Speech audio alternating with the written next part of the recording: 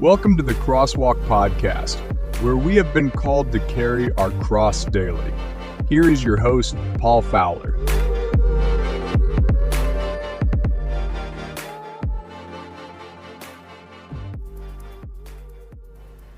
Welcome back, guys, to the podcast. So glad that y'all decided to join us again this week. For this episode, I've got some special guests with me. One of my former students, Nathan Pace. Say hello. Hello. And we got Dylan Chastain, one of my current students. He's a senior this year. Hopefully, one day becoming a good preacher one of these days as well. Hopefully, better than me. But say hey, Dylan. Howdy, folks. There you go. So today's episode, which both of these fine gentlemen know, I have a lot of this. If they've been around me enough time, we're talking about patience. And if y'all could speak on that for a moment, I'm just a beacon of patience to y'all. Oh, absolutely. Oh, yeah. I mean, for sure. I had 2 years of high school with you, and it was just, we could wear you down, and you never broke. Never broke. Never. Never not once. Never not once. Isn't that double negative? But yes, we're talking about patience, and the thing about patience is a lot of times, in my opinion, I believe that we have made a ton of excuses on why we should not be patient. That is one of the things that God spoke about in my life, specifically, and being a teacher and everything. I would make up all the excuses in my life just to say, well, I have a right to lash out in this way. I have a right to be impatient because whatever's happening around me doesn't deserve my patience. And that's the issue at hand. Before we get dived into what the Word of God speaks about patience and truth, let me give you the definition of patience so that you know what we're talking about. For both of my students here, they know that I'm big on definitions. I love definitions because what I taught them in logic, we talked about defining something so that we know what we're talking about, so that we know if we ever get into an argument, so that we're clear on what the subject is. And so the definition of patience is this: the capacity to accept or tolerate delay, trouble, or suffering without getting upset. That I think that boils it down to the best, to kind of the nitty-gritty of what we're getting into, because this basically tells us that patience, to have patience, we must go through delay, trouble, and suffering. We cannot have patience if we don't go through these things. And patience doesn't come from things that we enjoy, right? Right. It's like we live in a world that's like, be tolerant, right? Be tolerant, Dylan. You got to be tolerant to people, right? And it's like what they tell us to be tolerant about. To be tolerant, you have to disagree with it. Yeah. And to be patient with somebody, they have to do something to cause you to need patience. Right? Yeah. When I was looking at stuff for this episode, Sinclair Ferguson, that was actually the first time I heard of him. Yeah, he's awesome. He said, patience can only be developed through being in situations likely to create impatience. That's so true. We see that with so many different things, right? If you're in a situation, Jesus tells us we're gonna deal with trials, we're gonna deal with tribulations, and those things produce the good that comes out. Steadfastness, it produces endurance, all these things, and these delays, troubles, and sufferings produce patience. What do you got for us, Nathan? So I picked 3 areas, or something like that. Just 3 areas in life to be patient in. The first being in prayer. Yeah. I listened to a sermon from Paul Washer. He was talking about, he mentioned this verse, Isaiah 50:10, who is among you who fears the Lord, who obeys the voice of his servant, talking about Jesus, who walks in darkness and has no light, let him trust in the name of the Lord and rely on his God.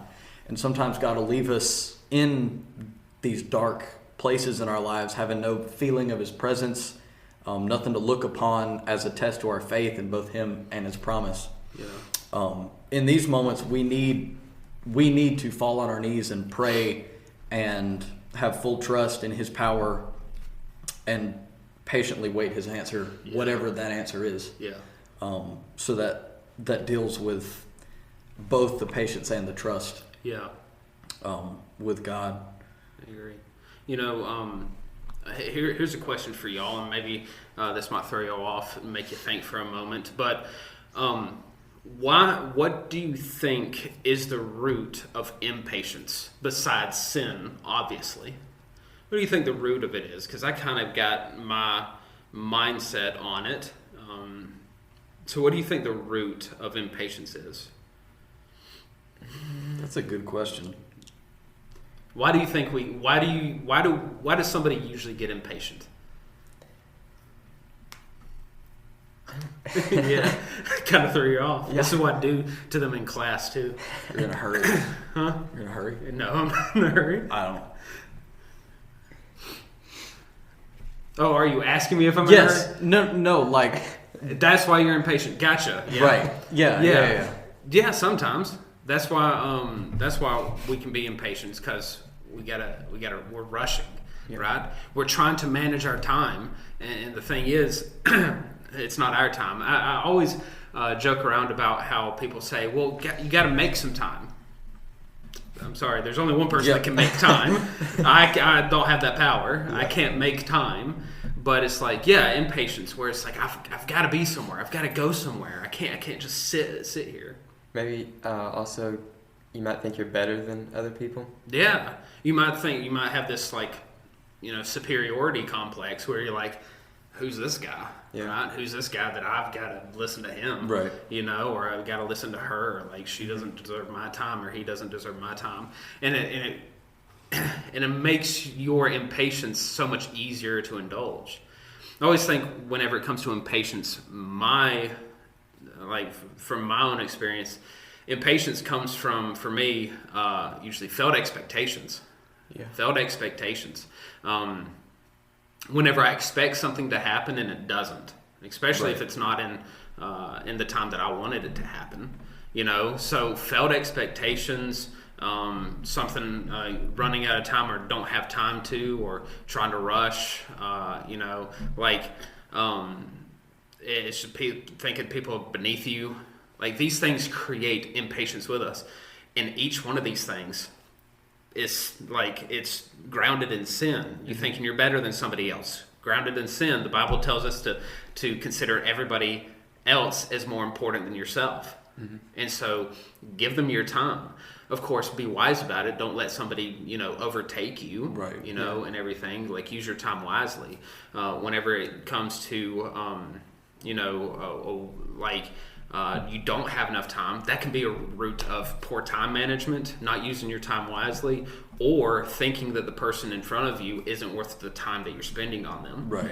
And then from failed expectations, it comes back to that passage that basically that people are planning on doing something in their life whenever God Himself is in control.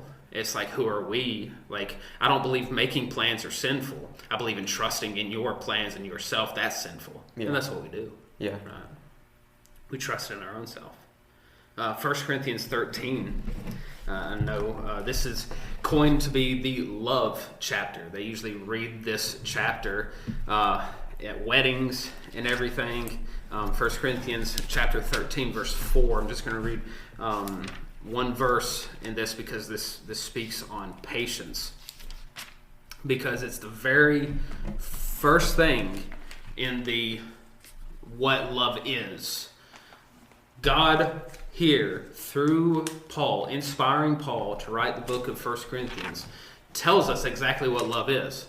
We have this whole idea in this world that they think and they know what love is. They don't. And the Bible tells us exactly what love is. And the first thing that it tells us that love is in in verse 4 of chapter 13 of 1 Corinthians says, love is patient. Love is patient. I think that's so important. That's those first three words in telling us what love truly is. He tells us that it's patient. That's good. Yeah. Right. And it's this idea that people have their own ideas of what patience is. Is it patience for me to say, I'm going to give them 5 more minutes and then I'm going to blow up at them if they don't do what I say? No. Is that patience? No, that's not patience. Patience is like, I believe, other passages or in other translations, it replaces the word patience with long-suffering. Long-suffering. And what is long-suffering? What does long-suffering sound like? Suffering for a long time. Yeah, that's in the name. You're suffering in your present moment for a long time, and you're doing it, you have that ability, God-given ability, to withstand long periods of suffering. Right? That was in the definition, right? The capacity to accept or tolerate delay, trouble, or suffering without getting upset. Yeah. It's not patience if you get upset. Doesn't matter how long you waited for it.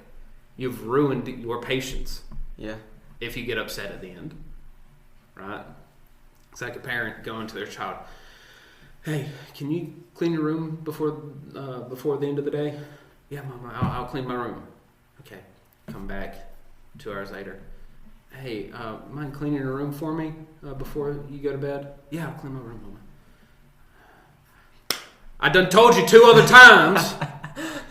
My patience is wearing thin. Right? Mm-hmm. Yeah. It's not patience. You can say, well, I was patient the first time, and I was patient the second time. But the third time, I lost my patience. And that could happen. That does happen. Mm-hmm. But that's a product of a lack of the ability to suffer long periods. I think that's rooted in all of us, to lack that patience. I mean, we all have jobs. You know? Dylan, you work at a car wash. I bet your patience runs thin there sometimes. Yeah. It's like, hey, could you move your car straight here? It's like, put it in neutral. To the right. Put it in neutral. Throws it in drive. Yeah, exactly. And it's just sometimes, and I think this boils down to what you were saying, Dylan, about thinking you better than other people, is because they may do something that you might not do. Yeah. That you wouldn't do, that you don't think you would do. Yeah. But trust me, you do things that cause other people to have patience. Mm-hmm. And that's where we got to get at, right? Either one of y'all got something? I heard R.C. Sproul talking about this, and it just kind of speaks to how incredible the fact that Jesus was patient. Yeah. Because oftentimes we get impatient with people that we have power over. Mm-hmm. Like, when we get impatient, that brings out our anger. Yep. And then let's say Nathan's this big buff dude and I'm just a skinny little scrawny guy. And I start getting impatient with Nathan. Yeah. I'm not going to lash out at him and start screaming at him because I can't afford to lose my patience because he's gonna beat me up. That's good. But if it's the other way around and I'm the big strong guy, Yeah. then I might get impatient with Nathan. That's So Jesus, having power over every single person ever, he could afford to lose his patience. Yeah. But the one person that could always afford to lose his patience never lost it once. That's great. That's great. That brings me to something that I was listening to the other day. Mark Spence had said something about, I don't think it was about patience, but I can't remember exactly what it was about. But I'm going to try to tie it into patience. I can be super patient depending on who I'm around. Just right. like you saying, the big buff guy. Yeah. It might be circumstantial. Have you ever realized that the people that we can be the most impatient with are the people that we know the best? Yeah. Yeah. Isn't that something? Like that racks my brain sometimes. Like the people that we are supposed, like in a sense, supposed to be closest to, our patience is actually thinner with them than it is with everybody else. Yeah. Why do y'all think that is? Maybe it's that comfort that we already have with them. We don't think we could ever lose them. Yeah. So we take it for granted. Yeah. Yeah. Yeah, that's good. I think when you get to know someone better, part of what that entails is knowing their faults, and you begin to see that they're just a person like you. Yeah. And I think when you see that, you lose a certain amount of respect. Isn't the right word, but yeah, I know what you're talking right. about. Yeah, you it's this sense of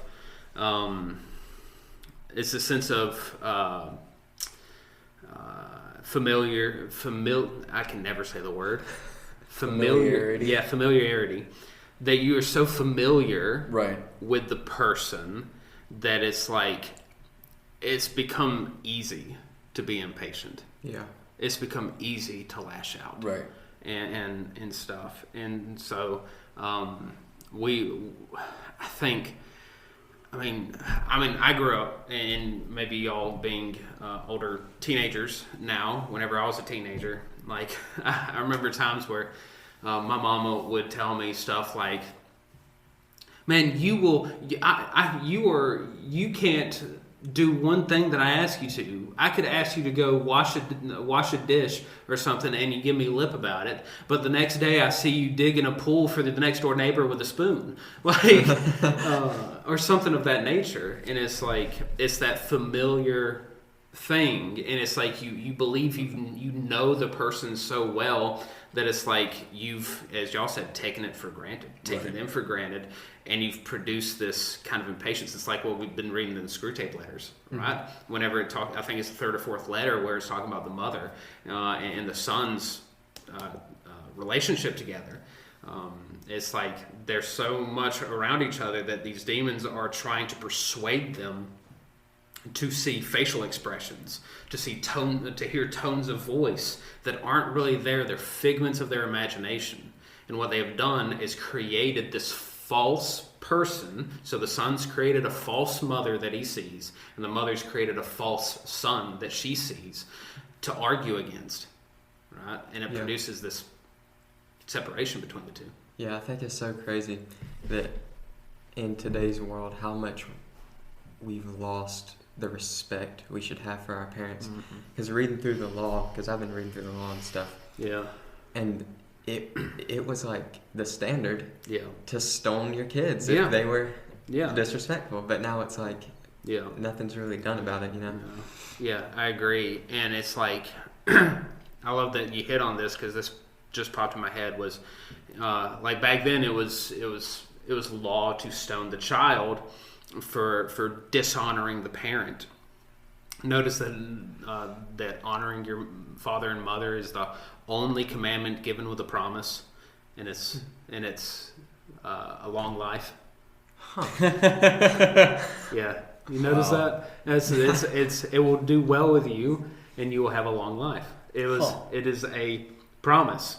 Yeah. Honor your mother and father, and the promise is that you will have a long life. And so, and I agree with you on the parents issue, because it seems like children are getting away with a lot, and I think that it is all in the name of the parent saying that they're being patient with their child. Ooh. They think they're being patient with their child. Their child throws a tantrum in the middle of a supermarket. I just gotta love them, be patient with them. What do you mean by patient? That's where we get at. And I think this is key, is now that we're stuck on the parent thing. I'm not a parent. Lord willing, one day I will be. I don't know what it is to be a parent, but I know what it is to be a child. Yeah. I know what it is to be a child. And I know how it is to think like a child, because I was one. And so I think a lot of it is the child is trying to see how much they can get away with, and maybe even push some buttons. Yeah. And so trying to get the parent to be impatient, to aggravate them to the extent to get them to be upset. And I think the key here into having patience is be patient with your child, discipline them, but not be upset while you do it. Yeah. That's difficult. I know I'm not even a parent, and I know that's difficult, because a lot of discipline even comes out of just losing your patience. Yeah. Think about how how awesome and how amazing and how somebody that would correct their child in a loving manner, in a disciplinary manner, but in a patient manner is. I can give an example of this. My papa, who passed away several years ago, whenever we'd get in trouble, whatever it was, sometimes it didn't happen just like this, but a lot of the times he would tell us to get in front of him. We'd stand there and he'd tell us, I'm fixing to whip you. I'm going to tell you why, and then you're going to get whipped. He like no anger in his voice that I heard. I mean, he got angry at times, and I've heard his angry side. Yeah. But at times there was no sense of anger in his voice. Yeah. It was, I'm going to discipline you. I'm not upset about it. It just needs to be done. And a lot of parents just discipline out of them being upset. Right. With their child losing their patience. And that can be so harmful. And that's why we need to be patient. Yeah, that's good. Romans chapter 8, verses 18 through 26 says this, For I consider that the sufferings of this present time are not worth comparing with the glory that is going to be revealed to us. For the creation eagerly waits with anticipation for God's sons to be revealed. For the creation was subjected to futility, not willing, but became of him who subjected it, in the hope that the creation itself will also be set free from the bondage to decay, into the glorious freedom of God's children. For we know that the whole creation has been groaning together with labor pains until now. Not only that, but we ourselves who have the Spirit as the firstfruits, we also groan within ourselves, eagerly waiting for adoption, the redemption of our bodies. Now in the hope we're saved, but hope that is seen is not hope, because who hopes for what he sees?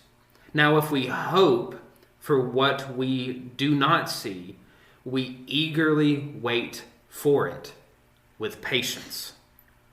In the same way, the Spirit also helps us in our weaknesses, because we do not know what to pray for as we should, but the Spirit himself intercedes for us with unspoken groanings.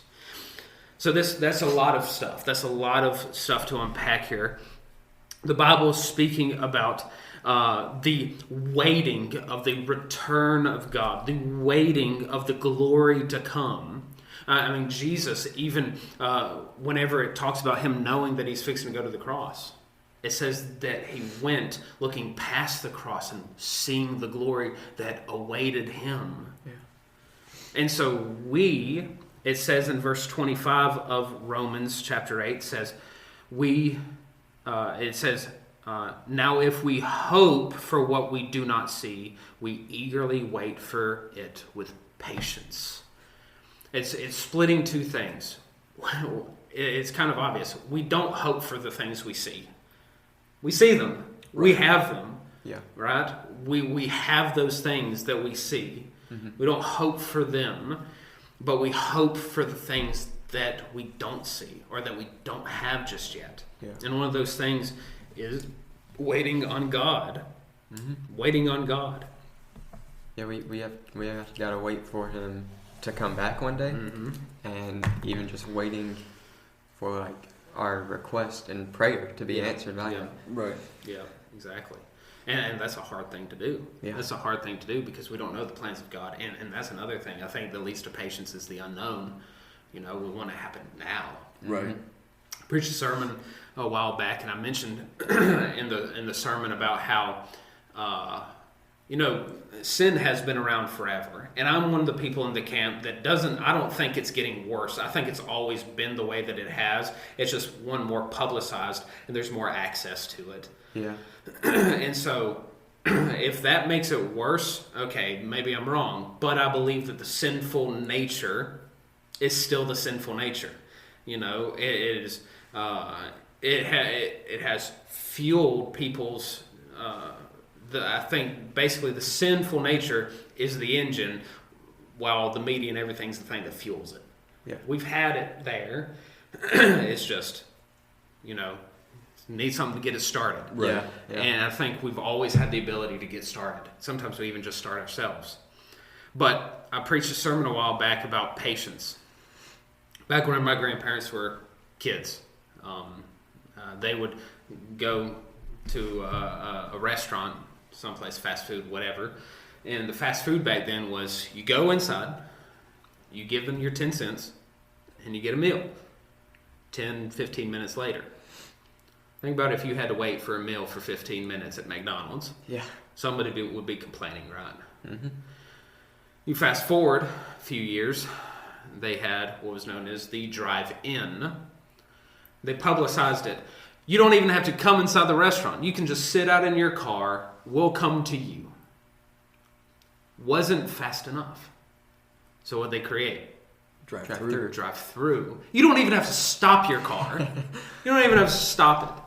Because we know how precious your time is and how impatient you are. Yeah. And so they created the drive-through. That wasn't good enough. So what did they add? DoorDash. Do what? DoorDash. You can call. You don't even up have to a place. leave your house. You don't even have to leave your house. And not only that, if you ever even want to come back to this restaurant, we have 2 drive-thrus for you. Chick-fil-A's got 2. Cookout has 2. Mm-hmm. Other places are probably going to start having. McDonald's has 2 drive-thrus. Yeah. There's going to be 2 drive-thrus everywhere, and it's still not fast enough for us. We still complain. We still find a way to complain because of impatience. We don't have the patience to wait. Yeah. We don't have the patience to wait. And I think that's, and I'm also in the camp of, do I want the Lord to come back? Yes, I am. I am waiting for him to come back. Mm-hmm. But I'm not going to sit on my thumb and just wait for him and be like, I'm waiting, Lord. And I'm also in the camp of, I'm very careful in saying, man, I just wish he would come back right now. Because if he doesn't, then it's not his wish. And therefore, I am now out of sync with God. Yeah. Right? Because my wish is now opposite of his. Mm-hmm. He doesn't want to return now. But I want him to return. The reason he doesn't return now is because he's still got a plan. He's still got something for us to do. And so we need to be more and more patient every day for his return, and then to continue to do the work that he tells us to do. Right? Yeah, and patience is not just sitting and waiting. We got my pastor, what he's always talking about is be active, be in the fight. Don't just sit back and be lazy. You have to be actively carrying out the will of God and doing what he commands. Right. I hate when I hear people say, it's in God's hands. I can't do anything about it. Well, yes, it's his plan, but you are not called to sit around your house and just be mopey-dopey. Yeah. Nothing going on. Yeah. I'm the kind of guy that whenever I think about doing something, I want to make sure that I've done everything in my ability to accomplish it. Because if I've done everything in my ability and it doesn't happen, then I know it wasn't the will of God. Right. Yeah. But that does not mean that if I try hard and it does happen, that doesn't mean that it's the will of God just because it does happen. But I know that if I try everything, plan A, and it doesn't work out, either God's telling me no or not right now. Mm-hmm. And so I got to sit back and wait at that point. But as you were saying, it's like some people are like, that seems like, that's out of my hands. I can't do that. It's like, did you try everything that you could? Did you work your best to do it? Or were you just sitting around in the name of patience, right? Being lazy. And as an excuse for being lazy. Right. We're not supposed to just sit around. I call them pew sitters. Whenever they just sit in a pew, and Sunday morning's the only time they ever hear a single word from God. Yeah. We cannot be. The Bible talks against being idle. Mm-hmm. We should not be just sitting there. Proverbs has a lot to say about being lazy. Yeah, it does. It really does. You think, I think about this. Think about an idle car. What is an idle car doing? It's wasting fuel. It's wasting fuel, wasting its power, wasting its energy. It's not moving. What is a car supposed to do? Move. Faster than what it's doing now. You know? And it's just wasting. We're not supposed to be idle. And I think people mask their idleness with patience. Just waiting. I've heard people say before, well, I'll just wait until God leads me to share the gospel. I've heard people say something like that. Guess what led us to share the gospel? I think the Word of God tells us that, right? Go therefore unto every nation, baptizing all, sharing the gospel, baptizing in the name of the Father, the Son, and the Holy Spirit, making the disciples.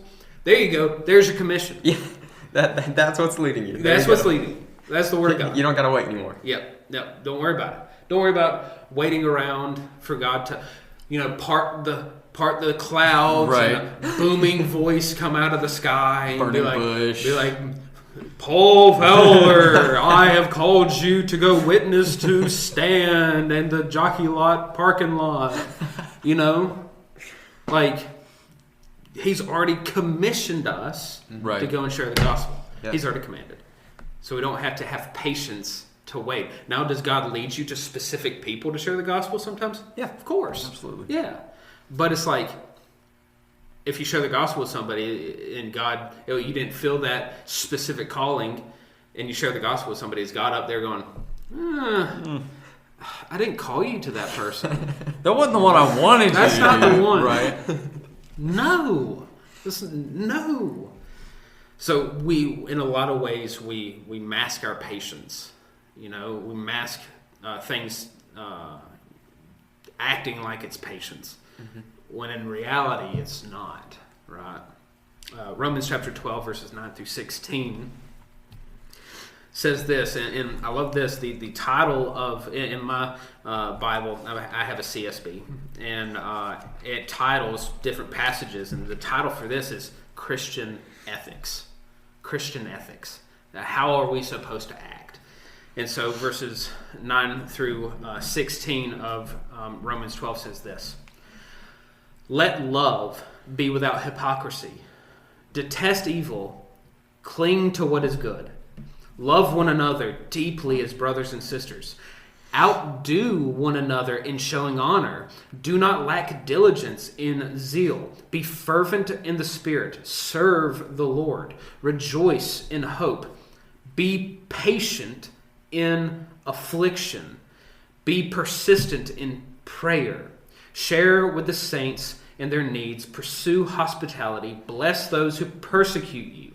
Bless and do not curse. Rejoice with those who rejoice. Weep with those who weep. Live in harmony with one another. Do not be proud. Instead, associate with the humble. Do not be wise in your own esteem. All of what he just said takes patience. Let love be without hypocrisy. Let love be without hypocrisy. Right? We are supposed to put ourselves in check. And to segue off of that, I don't believe we've talked this whole time about having patience with others. A lot of times we don't have patience with ourselves. Right? Yeah. We sit around and we're like, we beat ourselves up about sins. There was one time where I would sit there and write my sins out, be like, for the day. Took a long time. Yeah. And I'd be sitting there like beating myself up because there's some that I was like, I know I'm forgetting some. It's like, because I lacked patience for myself. Yeah. We're supposed to have grace for ourselves, right? Be gracious to ourselves. Allow us some grace, because we will fall. We will stumble. Right? And so let love be without hypocrisy. That the way we do that is we have to look at ourselves and be like, is there any hypocrisy in us? And if we say yes, don't beat yourself up about it. Pray, repent, and then look to God for that repentance. It tells us that he is just to forgive us, and we have to understand that. Yeah, most sins will take time to get over, get like delivered from. Yeah, exactly.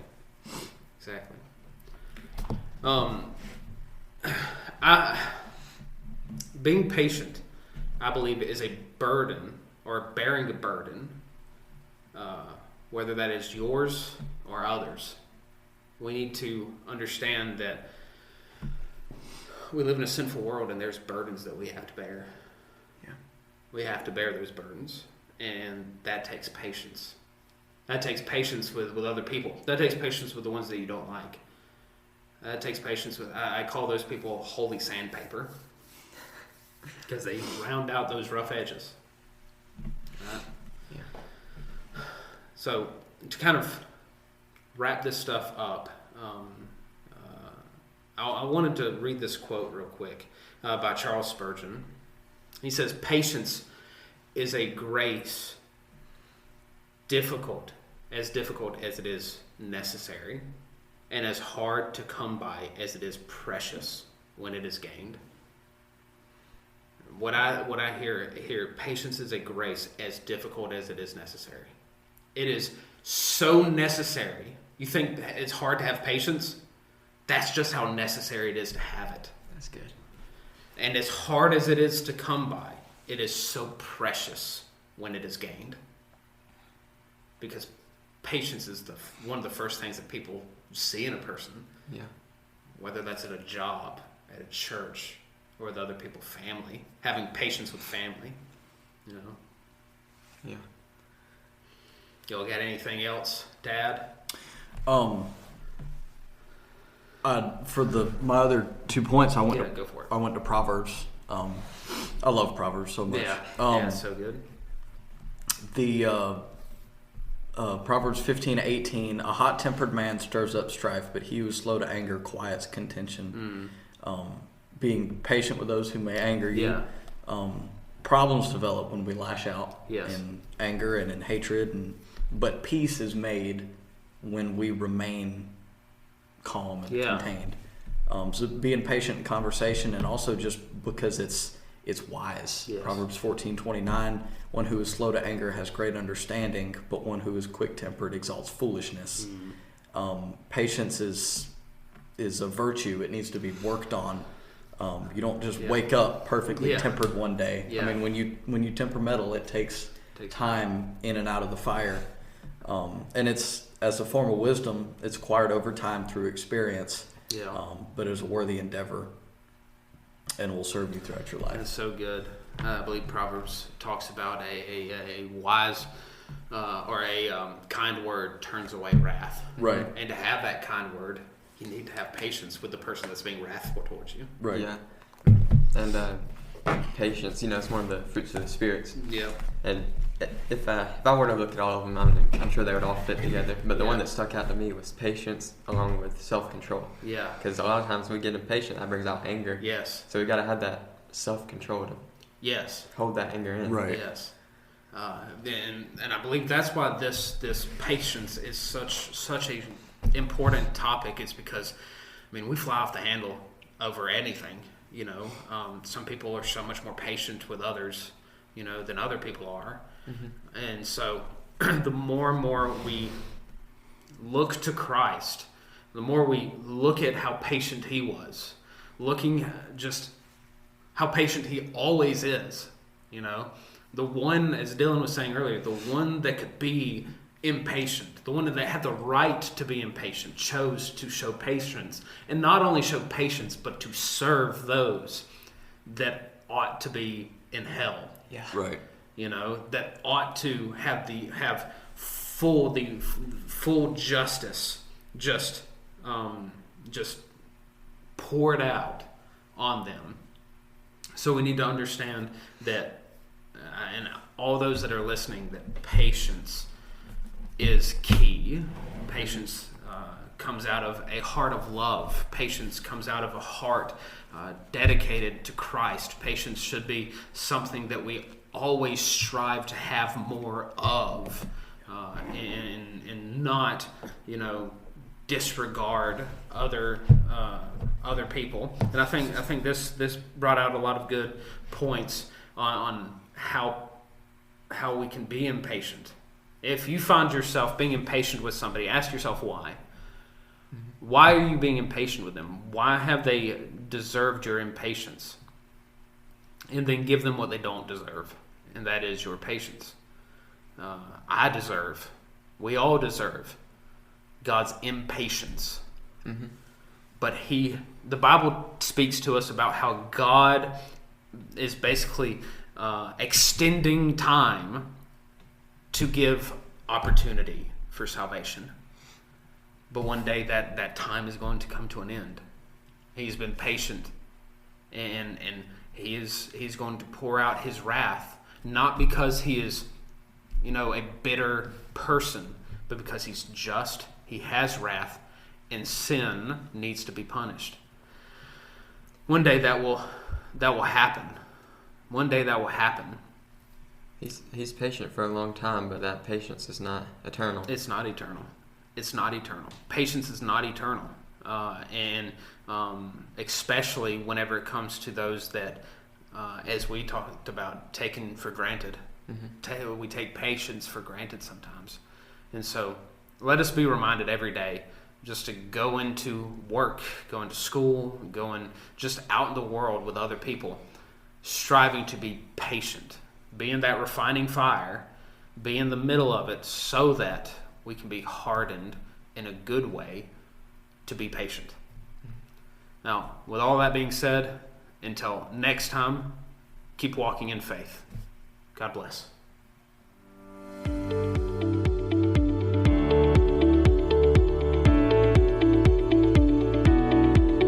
Thank you for listening to the Crosswalk Podcast.